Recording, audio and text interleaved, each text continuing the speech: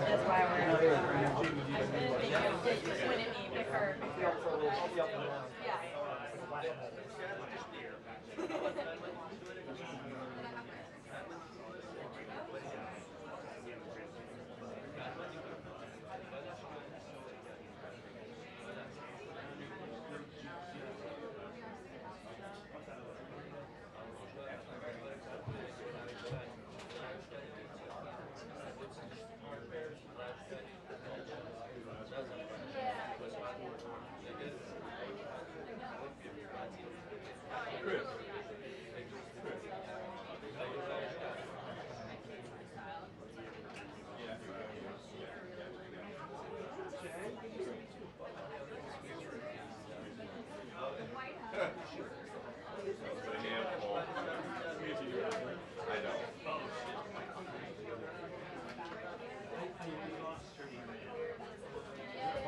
Raphael, is that not in there? No, it's not in. It should always be in. That's not an olive rig. Your piece should always be with that IAP box. Call Jim or call Jim up there. It's in the box, right? It's over here. It's in the box. Chris, just call him if you hear it. The mic in. Cool. Got it. Oh, Tom. Sorry. Yeah, but it's on that side. The one inside. Yeah.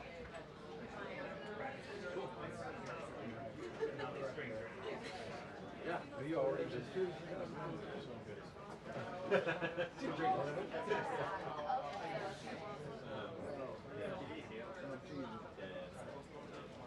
Well, I have to work.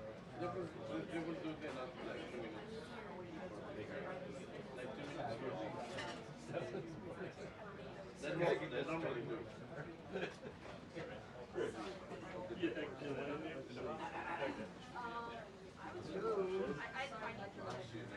You know what it is? You still need it?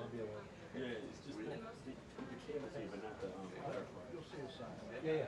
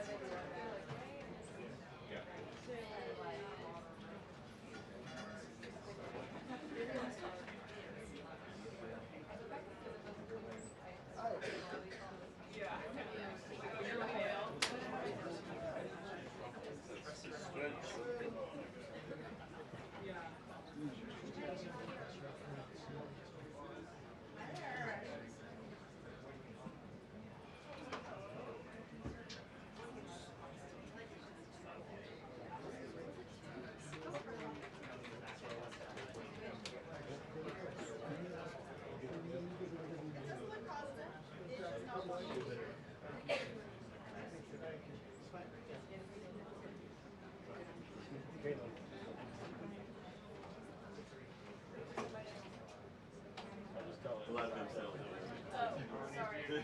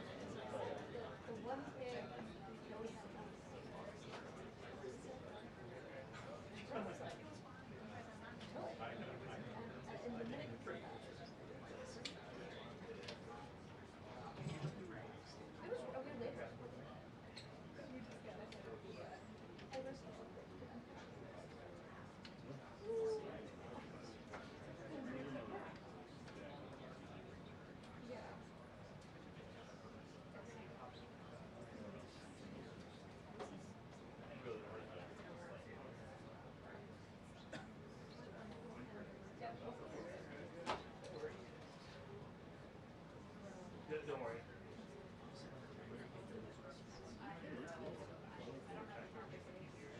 Hopefully see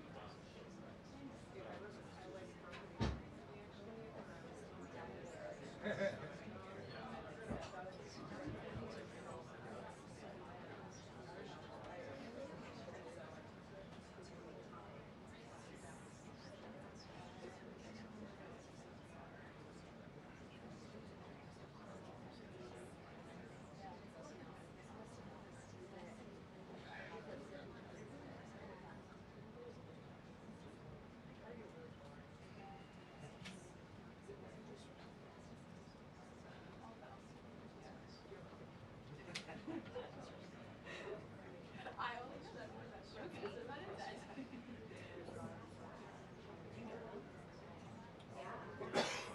Yeah, there are some cabinet officials who are coming out here with Karoline Leavitt today, but obviously, Boris, there are a ton of questions about where these talks about a potential second round of talks with Iran stand in this moment, especially after you heard what the president said in that interview that aired this morning, that he believes this war is close to being over and that it will end immediately as soon as they do come to an agreement, as he suggested this morning, that there could be talks in the additional days. He had said that previously, and it has not materialized yet, and that is still a open question. Big questions about what they've agreed to sit down and negotiate once again after doing so for 21 hours over the weekend and not having an agreement during those talks that were led by the Vice President J.D. Vance and also joined by Steve Witkoff and his son-in-law and there's like some questions about exactly what's going on to the second round of talks, where they could be taking place. One significant development is that the Pakistani military chief is in Iran right now. He's been a key intermediary here. We've got high praise from President Trump and Vice President J.D. Vance for the role that they've played in these talks, suggesting where that second round of talks could potentially happen. And so, still a lot of questions though about what's going to happen to the uranium that is in Iran. The president has made clear he wants to get out of there before this war is over. Iran's desire to develop a nuclear weapon, where that stands in terms of this agreement, and also, of course, what is going to happen. Who is going to control the Strait of Hormuz by the end of this, which has been Iran's biggest point of leverage so far in these talks. So all that remains to be seen. We'll see if we're anywhere closer to actually suggesting or confirming that these talks will be happening and what that means for this war. As of course, as you know, Boris, the ceasefire that the president announced is set to expire just next week. Well, I mean, this is still I was looking, but it's like the part that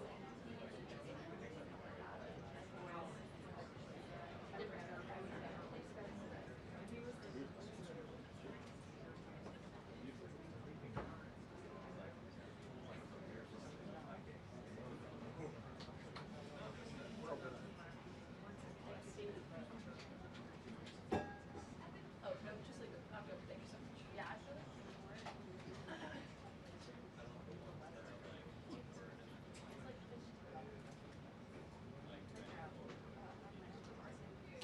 John, and as so many people watching are so focused on gas prices that are still high, even though we've been told that they might be coming down by now, or at least by the beginning of the summer. And now we know that that might not be the case, according to the Energy Secretary. They're going to send out the Treasury Secretary and the Small Business Administrator to let everybody know that it is the Trump administration's support of the One Big Beautiful Bill that has these no no tax on tips, no tax on overtime provision to put more money into people's pockets. That's the reason that a lot of tax returns that will be coming in the next 2 weeks for people that waited until the last minute to file their taxes will be getting. Something else here at the White House, Matt Finn just mentioned this. There is some talk, there's some reporting from Bloomberg about the possibility of a 2-week extension of the ceasefire. We have been told by a White House official today that they have not officially agreed to that, but if they were going to announce it, a White House briefing would be a great time to do that. So lots of news. Also, they're going to try to sneak this in before the First Lady pops up on Capitol Hill for a rare visit over there. So a lot going on.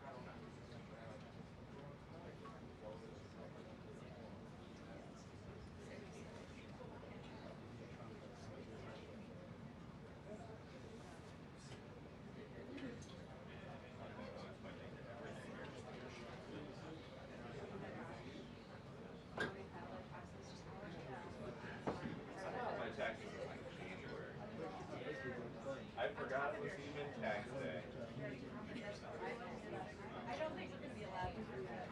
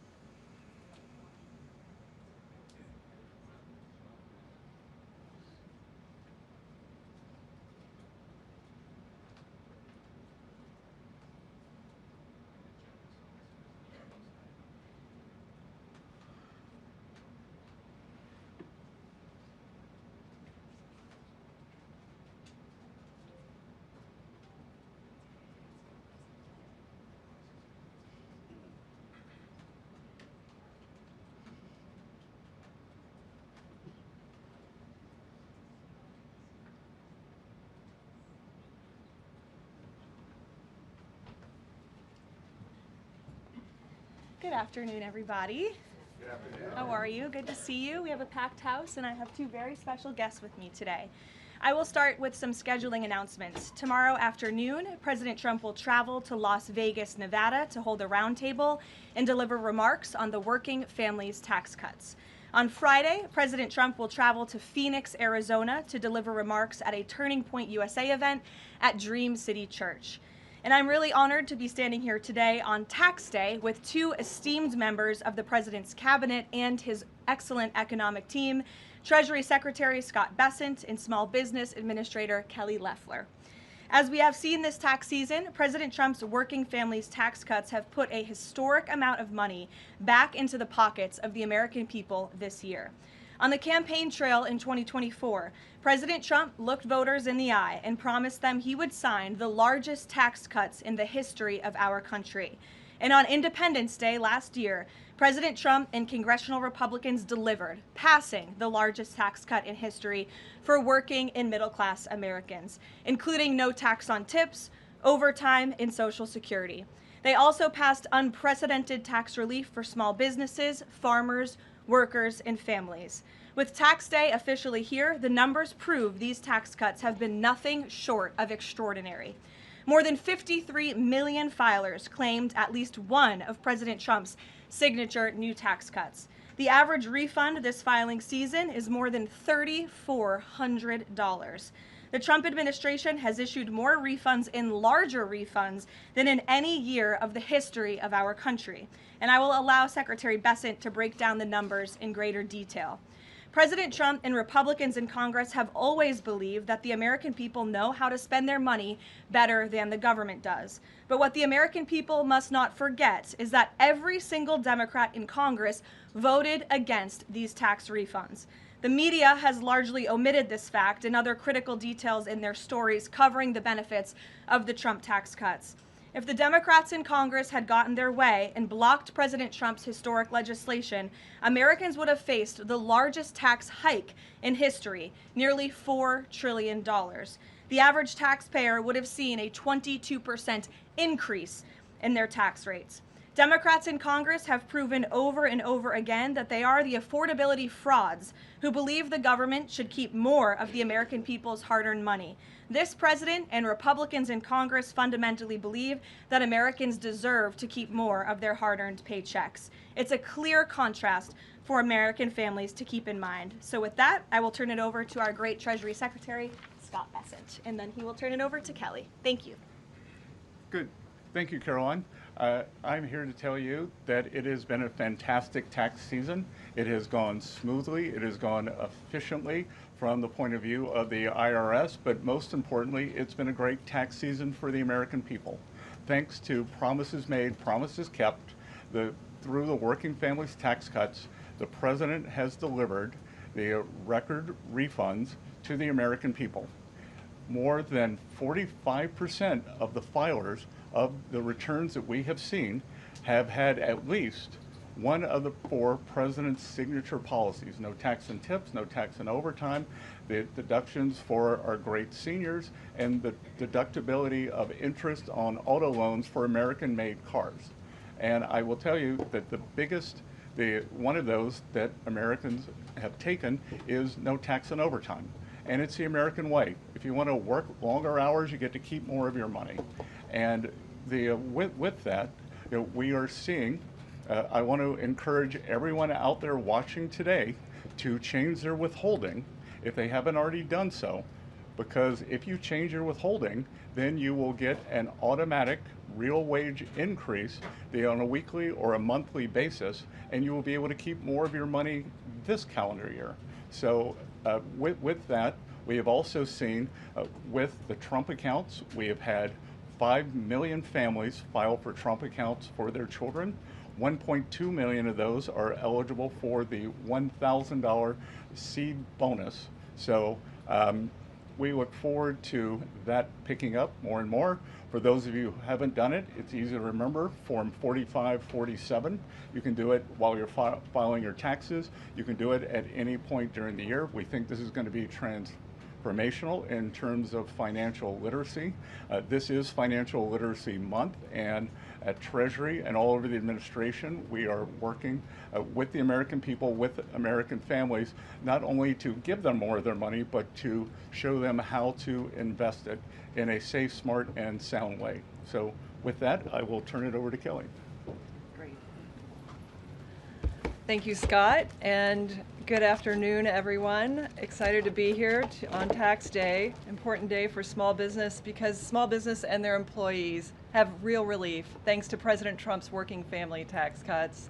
As Administrator of the U.S. Small Business Administration, it is my great honor to serve our great president as the cabinet-level voice for America's 36 million small businesses. President Trump is right. Small business is big business. Indeed, they are a massive economic engine that creates 2/3 of all new jobs. They represent 99% of all businesses, and they drive about half of our GDP. The working family tax cuts are putting money back into the pockets of the hardest working Americans. That's why small business and their employees are benefiting the most. President Trump and congressional Republicans have saved Americans from a $4 trillion tax hike, including a staggering 20% tax increase on working families. It would have destroyed millions of jobs. Now, I've traveled the country from Maine to Alaska, and not a single worker, not a single small business asked to pay $1 more in taxes, yet every single congressional Democrat voted to raise taxes, not just on small businesses, on our workers, on our seniors, on hardworking families. Thankfully, Republicans united behind common sense policy of letting Americans, not Washington bureaucrats or fraudsters, keep more of what they earn. Now, so far, as you've just heard, 12 million small businesses have an average tax saving of $7,000.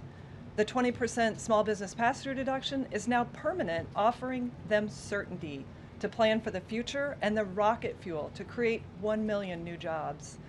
Eric Williams at Prince Manufacturing in rural Georgia, he specializes in fabrication and machining. This year, he's reinvesting his tax savings to hire 500 new employees. The provisions for 100% expensing of equipment, expansion, and R&D are also growing production to help us reclaim industrial dominance. At Blue Patriot Fab, which I visited this week in Omaha, the owners highlighted one of their newest buildings, and they call it the Big Beautiful Building because the tax cuts helped them build it. Made in America is back, and that's why the America worker is winning too. No tax on tips and overtime means that millions of employees are now rewarded, not punished, for working more. And it's already benefited, as you just heard, 31 million taxpayers. In Baltimore, John and Tony Minidakis are proud second-generation owners of Jimmy's Seafood. Now, with no tax on tips and overtime, their 200 employees know that coming into work means going home with more pay.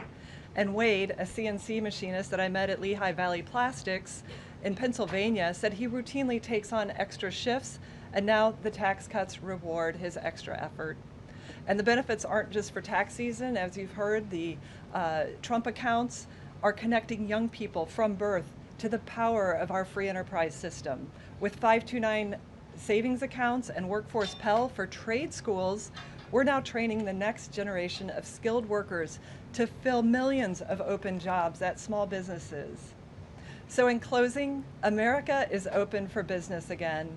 Yet every Democrat voted no on the very tax relief that is restoring Main Street, that is putting more money back into the pockets of hardworking families.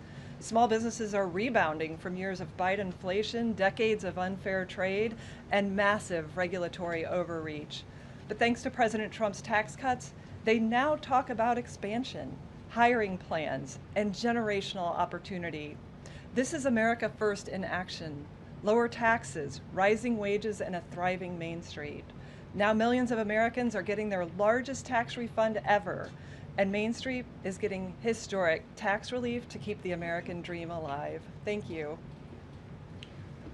Good. And before we take questions, I want to provide some numbers for you all. So tax day statistics as of April 12th, Over 53 million filers, nearly 45% claimed one of President Trump's signature tax cuts. The average tax cut for filers benefiting from one of President's new tax cuts is over $800.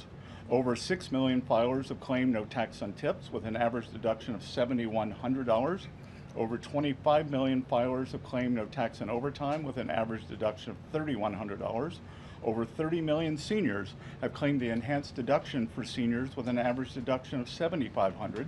And over 1 million filers have claimed no tax on car loan interest on American cars for an average deduction of over $1,800.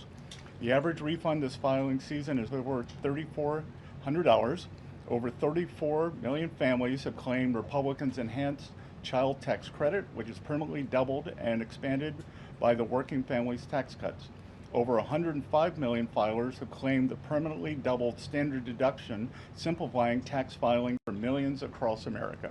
So as much as people do not like to pay their taxes, and we saw a survey today that 70% of Americans still believe that they are overtaxed, this is a great day for the American people.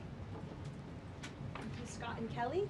We'll now open it up to questions. You're welcome to ask me questions or either of the great cabinet officials next to me. And we'll start, as always, with our new media seat, Mr. Posobiec. Why don't you kick us off?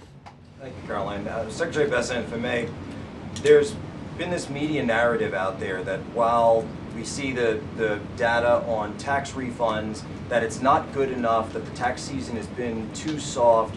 What is your response to this media narrative regarding the tax refunds? Look, it's been an incredible tax season. We have done more with less at the IRS, that we have moved over millions of taxpayers to digital tax accounts, and that leaves us able to service more taxpayers in person and on the phone. And as we can see, the economy was very strong. We are seeing growth across the board in all areas, and as Kelly said, small business, Main Street are really the big beneficiaries, and this is what they don't want you to hear. That Wall Street always done great. This administration is focused on parallel prosperity and bringing prosperity back to Main Street, and that starts with people keeping more of their money. And one for Caroline as well as the administration in general, if I may. This past Saturday, I published a video of now former Representative Eric Swalwell in bed. The president's heading to Las Vegas. Well, Eric Swalwell was in Las Vegas in this video. I'm told, according to geotagging, this scandal has erupted now. Accusers coming forward, many others coming forward, as well as questions regarding his extremely close relationship with Arizona Senator Ruben Gallego.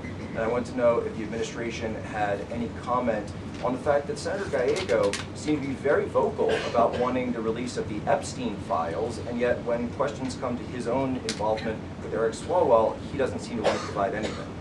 Yeah, look, I think the accusations and allegations against former Representative Swalwell are despicable and disgusting. I think it's also quite plausible, as you point out, Jack, that there were many other Democrats in this town on Capitol Hill who knew about his perhaps illegal behavior, certainly his disgusting and inappropriate behavior, and why were they silent for so long? I think those are questions that must be raised of these sitting representatives, including Mr. Gallego, and I hope that the journalists in this room will do their jobs, and the journalists on Capitol Hill will do their jobs to ask Democrats in power how they knew about such despicable behavior from one of their elected representatives for so long, but never said or did anything about it. So that's what we hope to see as far as the White House and the President is concerned. Thank you. Peter. Thank you. I have one for you and then one for Secretary Bessent. Sure. For you, Caroline, there are now 10 American scientists who have either gone missing or died since mid-2024. They all reportedly had access to classified nuclear or aerospace material. Is anybody investigating this to see if these things are connected? I've seen the report, Peter. I haven't spoken to our relevant agencies about it. I will certainly do that and we'll get you an answer. If true, of course, that's definitely something I think this government and administration would deem worth looking into, so let me do that for you. Thank you. And Secretary Bessent, it doesn't sound like we're going to have $3 a gallon gas by summertime, which we had initially been told by the Energy Secretary. He now says that it would be very aggressive if we're going to get to the $3 a gallon gas by the summer. So when are we really going to get $3 a gallon gas? Well, I think that's going to be the up to how the negotiations go. President Trump said this morning that he thinks we're nearing the end. The U.S. kept their side on the ceasefire. We've stopped firing. The Straits of Hormuz have not been completely reopened, so we will see. And I'm optimistic that during the summer we will see gas with a 3 in front of it sooner rather than later. It's Bank Week here in D.C., so I've been meeting with a lot of my Middle Eastern counterparts, the finance ministers, and they all say that once the straits are open, they can start pumping again within 1 week. So not by summer, like Memorial Day, but maybe by Labor Day? Again, I'm optimistic that sometime between June 20th and September 20th that we can have $3 gas again.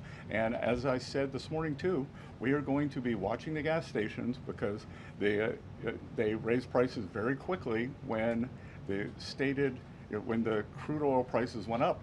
We hope they'll bring them down just as quickly as crude oil prices have come down, which they've come down substantially just in the past 10 days.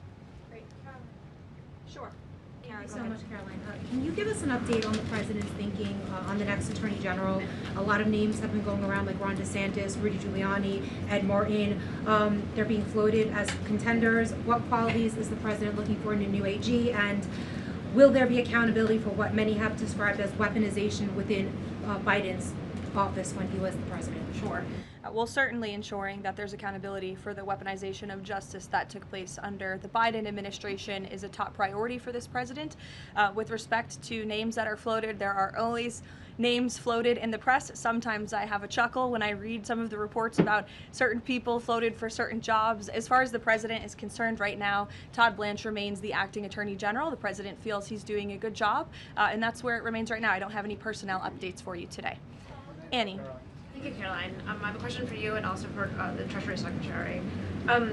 First of all, there was an interview that Dr. Mehmet Oz did recently where he described the president's views on his own diet. He said that he argued that diet soda is good for him because it kills grass, and if you pour it onto the grass, the grass is killed, and it therefore must kill cancer cells. I'm wondering if you can, was this sort of an accurate description of how the president sees? Look, as we all know in this room, I think you know the president has a very good sense of humor. It's one of his most underreported characteristics, I would say. I have heard him tell this joke before. I think the Wall Street Journal should get a better sense of humor. And then another one for you. Has the president filed his taxes, and is he going to release them publicly? It's actually a very good question. I have not inquired with the president directly about his own taxes, but I'm happy to do so, and we'll get you an answer on that. Secretary Besson, I have filed my taxes.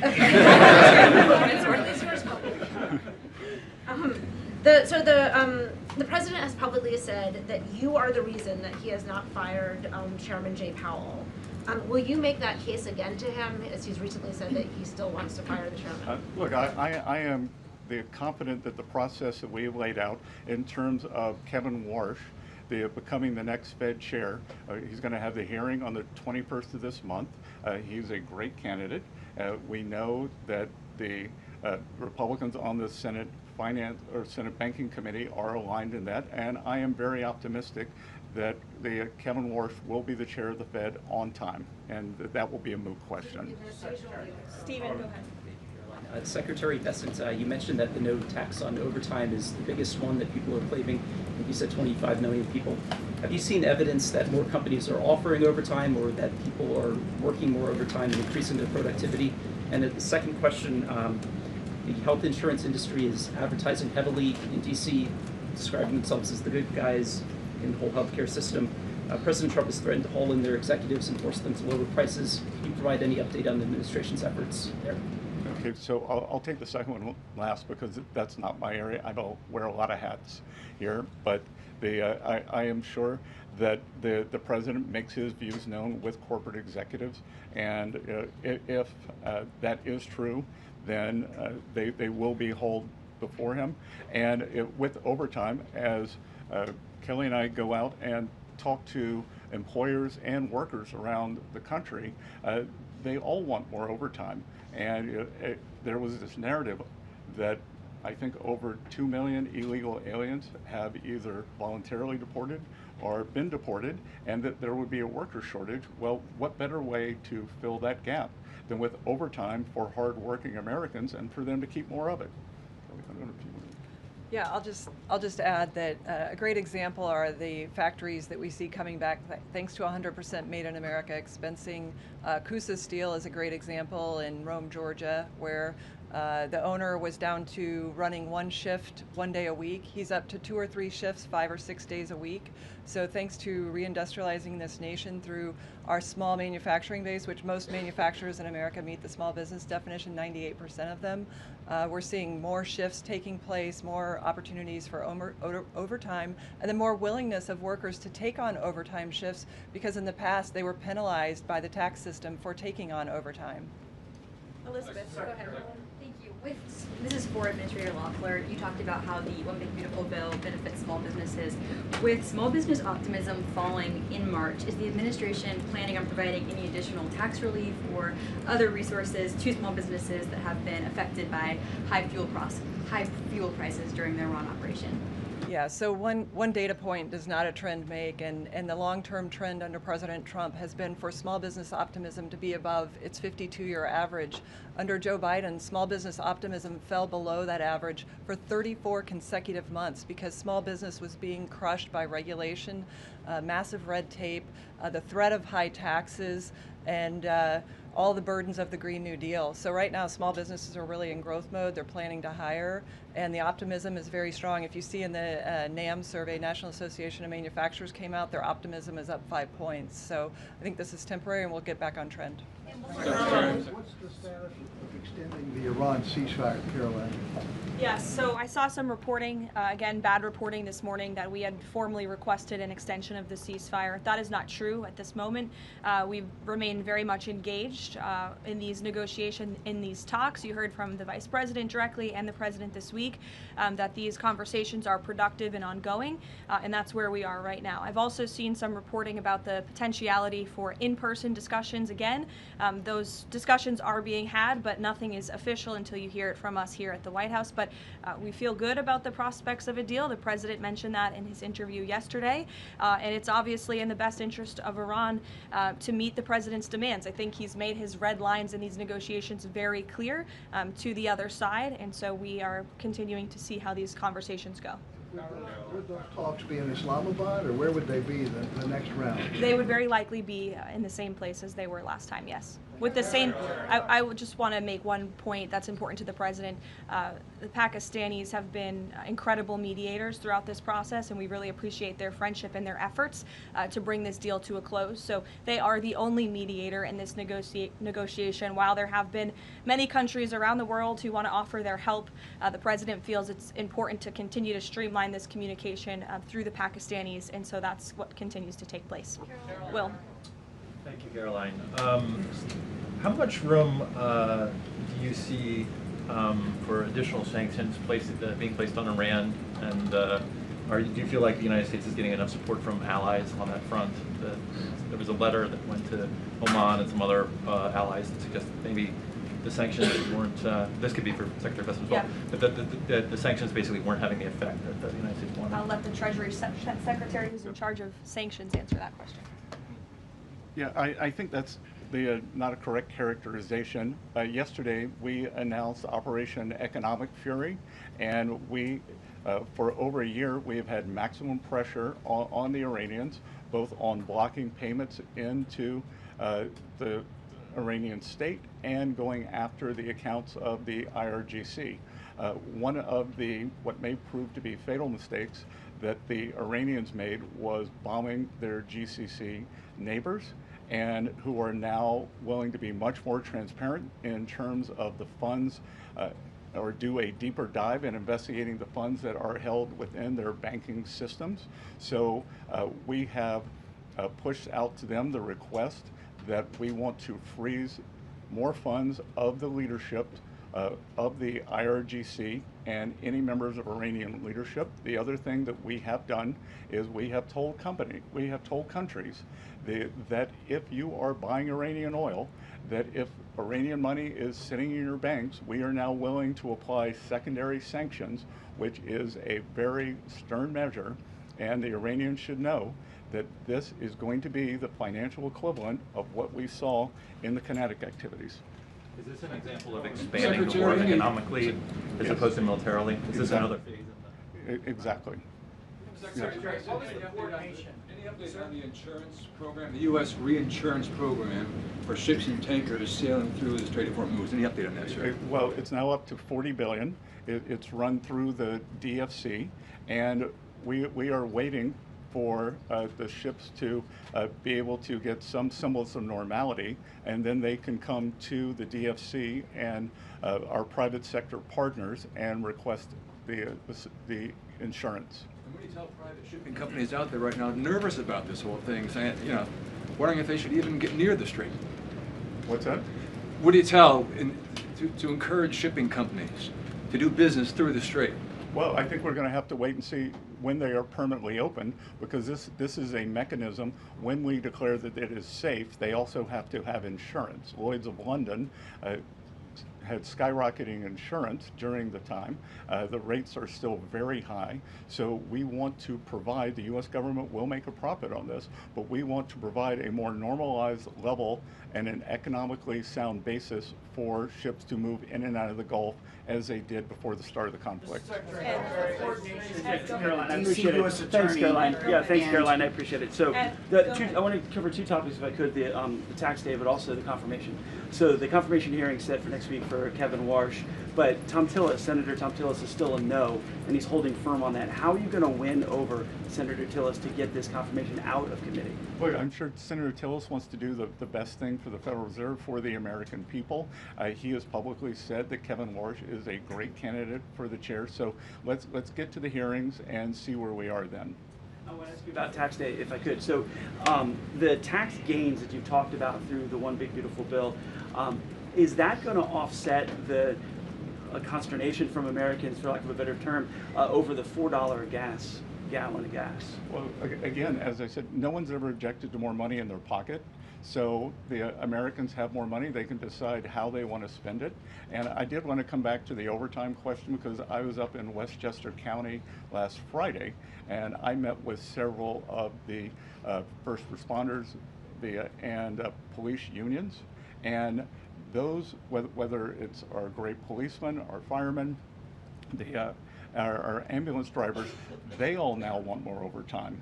And how great it is to have them to be able to be engaged and keep more of their money. Thank you,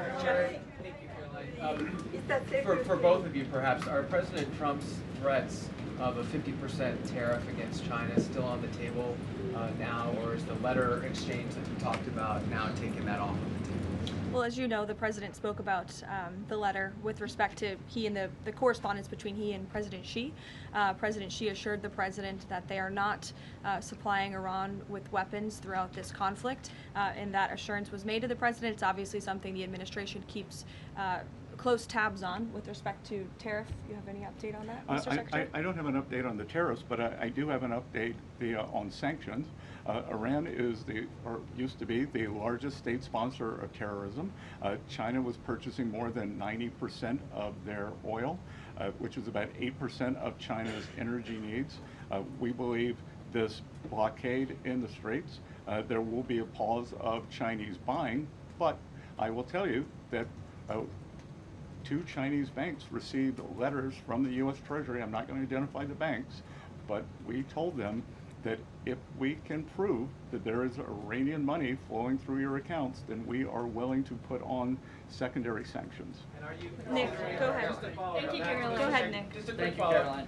So my question is, are you considering any more sanctions relief, Mr. Secretary, for countries that are suffering right now in order to get more oil to your allies? We will not be renewing the general license on Russian oil, and we will not be renewing the general license on Iranian oil. Because again, that was oil that was on the water prior to March 11th. Right. So all that has been used. Nick, go ahead. Treasury Secretary. As you both noted, 53 million Americans have used one of these new tax exemptions the president enacted. Can you speak to not only the relief that's bringing specifically working class Americans like waiters, bartenders, overtime workers, but also the impact this is going to have on the economy? Well, a couple of things there is I can tell you, I think Kelly's very popular, but I think with service workers, I may be the most popular cabinet secretary in D.C. because when I show up, a doorman, not so much bartenders, but waiters, waitresses, they all say, thank you for no tax on tips. Again, I was in a diner up in Westchester County, and this is a home run in terms of what's happening with these folks. And what we can't tell you yet, and we will be able to provide data at a later date, that 52 million is how many have used at least one of those. So we expect that there are probably multiple filers who have used at least more than one of those 4 signature things. And look, again, this is the America First, Americans, hardworking Americans keeping more of their money, just like with our small businesses. If we go back and look, when you hear the left talk about this was a tax cut for millionaires and billionaires, they wanted to raise the tax rate for everyone making more than $500,000. That is a small business killer. Thank you. I have one question for the Secretary and then the Administrator. Mr. Secretary, since we're on the topic of China a few minutes ago, we are a little over a year past Liberation Day, the tariffs. The goods trade deficit with China has dropped sharply. Are those gains sustainable, and are you worried about any retaliatory actions that could go against those gains? I actually think we're going to be building on those gains in terms of the trade deficit dropping with China. Since last summer, there's been great stability in the relationship, and really the keystone to the relationship is the strong respect that the two leaders have between each other. My experience has been when the communication is at the top, then we follow that directive and those wishes. We had the meeting in Busan, Korea. In October, we will be having the state visit in Beijing, and so I expect great stability in the relationship, but that doesn't mean that our trade deficit can't continue dropping.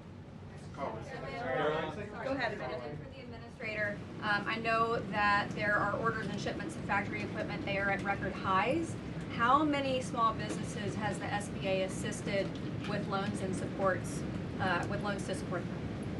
Well, the SBA set an all-time lending record last year of $45 billion under President Trump, because small businesses now have access to the capital that they need to build in America. Again, we are becoming a nation of builders, and we see that on the ground, factories expanding.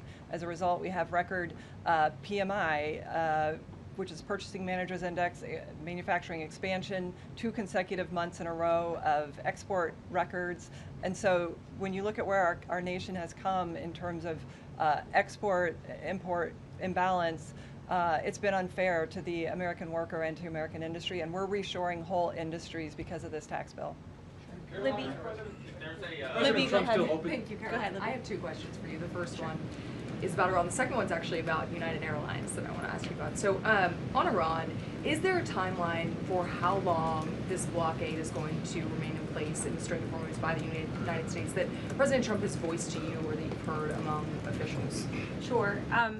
I will never set timelines on behalf of the President of the United States, but with respect to the blockade, as you know, it has been fully implemented, and it's being enforced against vessels of all nations entering or departing Iranian ports. I want to make that point clear. I've seen some misreporting on that as well. This includes all Iranian ports on the Arabian Gulf and the Gulf of Oman. And our U.S. forces in the region are supporting the freedom of navigation for vessels that are transiting the strait to and from non-Iranian ports. So I know some some in the press were confused about that. We are supporting the freedom of navigation, just not with respect to any tanker or vessel that would benefit the economy of Iran as these negotiations continue. So there was reports that the CEO of United proposed a merger with American Airlines. This would affect tens of millions of Americans. That was proposed in a meeting with President Trump. Was that a merger that he has voiced any kind of support of? It's not anything that we have a position on or anything we're commenting on. I know it's an idea that has been proposed by private industry, but it's not something the President or the White House have an opinion on or are weighing in on at this time. John, go ahead. Thanks a lot, Caroline. This is for Secretary Bessent. On Monday of next week, importers can start requesting claims for tariff refunds. And my understanding is $127 billion eligible for refunds. What's that process look like? How can a porter and an importer request such a refund going forward? That's not being run out of Treasury. We would just be the paymaster, so that's being run out of CPB. Yep. And so explain that process. I understand you're not running it. How does that process actually work? If you're an importer, you paid these tariffs, the Supreme Court found that those tariffs were illegal. What's the process for them to get back that money? Well, they would be in touch with the CPB, and I think the number you're quoting is so that's the amount who have already requested refunds. So they are already in the chute, and we'll see what the timeline is for that. Will that affect the U.S. economy, all of those refunds coming out of the U.S. Treasury? We'll have to see what comes out, and we'll have to see what the companies do with them. Just to be clear, thanks to the Supreme Court, some of this money is going back to China. So is that going to affect the U.S. economy? I don't know. A question for Secretary Bessent. Danny, go ahead. Secretary, you were quoted as saying in an interview earlier this week that it was worth a bit of economic pain for international security. Is that this administration's message to American voters with high gas prices that ahead of the midterms this year that it's worth the economic pain? Well, the message is the short-term volatility for long-term gain. And Danny, if I could add to that, the President's been very clear, again, as the Secretary just said, this is a short-term disruption for the long-term strategic goal of the United States to ensure that the world's leading state sponsor of terror cannot obtain a nuclear weapon. That's a good thing for the American people. That's a good thing for people all over the world. And as the President and his economic and energy team have repeatedly stated, as soon as the operation and now the negotiations with Iran conclude and the strait is reopened, we do expect gas prices to decrease. And thank goodness we have a president and an administration that believes in American energy dominance in bringing down prices at the pump. Look at how gas prices decreased over the past year since this president was in office. It's a stark contrast to the previous administration and Democrats in this city who believe in hampering our domestic energy industry, who believe in importing our most precious resources, who believe in implementing policies that created the worst inflation crisis in history. So President Trump has built the greatest economy in the world before. He is doing it again. Of course, we have this short-term disruption, but again, it's for the long-term strategic goal of ensuring that these terrorists cannot possess a nuclear bomb. Jennifer. For Secretary Bessent, on the Russian oil, I know the sanctions waivers have expired, but how much money did Russia benefit from that temporary sanctions rules? You initially said about $2 billion. Is that? It could have been $2 billion. We don't know. But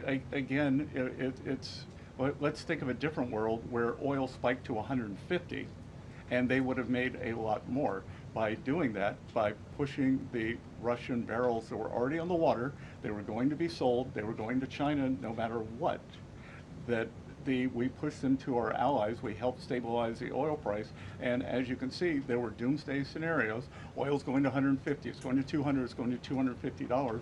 West Texas crude for the front month delivery is about $92 or $93 now. President Trump still Thank you, everybody. I know we have two very busy cabinet secretaries with us here today. Before we do depart, just one final announcement. As you know, this year we celebrate America's 250th birthday. In honor of this historic occasion, President Trump and the Department of Interior will submit plans for the United States Triumphal Arch, which will be an architectural masterpiece to celebrate our history right here in Washington, D.C. This is a rendering of the Arch for you. Thank you, Peter.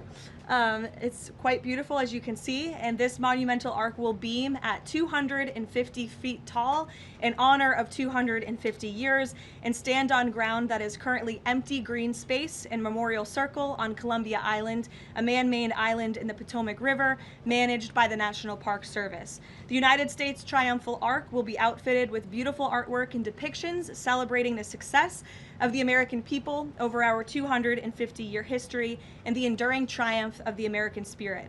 Long after everyone in this room is gone, our children and grandchildren will remain inspired by this national monument. Beginning construction this year on the architectural arch is a fitting way to commemorate the 250th anniversary of American independence. Great nations build beautiful structures that cultivate national pride and love of country, and this triumphal arch should be a project that all Americans of all political persuasions can support because it's a monument for every American to celebrate 250 years of our nation's proud history. And again, the plans for this will be submitted tomorrow. And we'll have many more announcements with respect to our 250th anniversary in the coming months as we look forward to the 4th of July. Thank you very much, everyone. Have a great day.